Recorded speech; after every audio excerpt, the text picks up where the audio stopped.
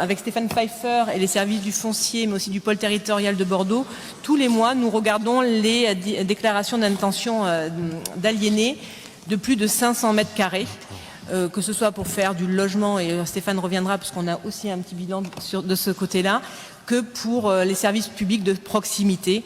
Et donc le cadre de la rue Féderbe, c'est exactement ce qui se passe, c'est pour du service public de proximité.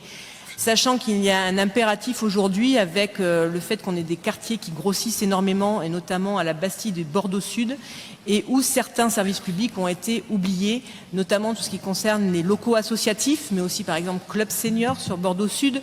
Donc on a cette volonté de pouvoir aliéner des biens pour pouvoir préempter. L'intérêt aussi du dispositif, c'est qu'avec la délibération de Bordeaux Métropole de début 2022, me semble-t-il, si je ne dis pas de bêtises, la métropole avance la somme. Nous payons 10%, donc c'est le cas de cette délibération aujourd'hui, pour une durée de 10 ans, le temps que notre projet se mette en œuvre sur le bien immobilier qui a été préempté. Donc effectivement, cette nouvelle pratique en termes de veille foncière, elle vise à répondre à plusieurs objectifs, notamment un objectif qui était évoqué par Thomas Cazenave tout à l'heure dans son propos introductif, c'est produire du logement social dans les quartiers où il y a moins de 5%, parfois moins de 1% de logements locatifs sociaux.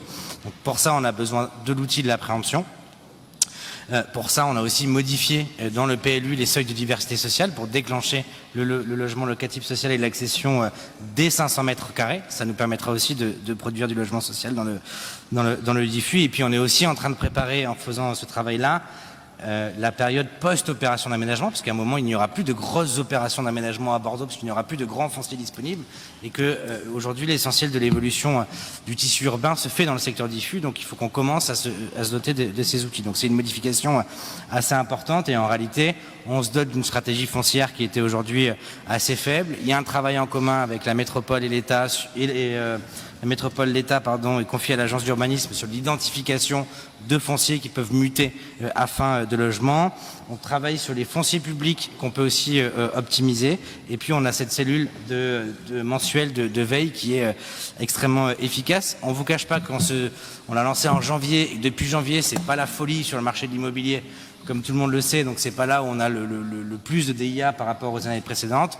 Toujours est-il qu'en plus de la rue Féderbe, on a pu identifier 2 fonciers à Codéran, secteur très déficitaire en logement locatif social, où nous allons pouvoir produire, on n'a pas encore l'étude de faisabilité, mais plusieurs dizaines de logements sociaux. Et là, la préemption se fait directement par le bailleur social avec une délégation du droit de préemption. Donc ce travail, on voit qu'en quelques mois, il arrive déjà à porter ses fruits. Donc on va pouvoir ensuite l'approfondir et le développer dans les prochaines années.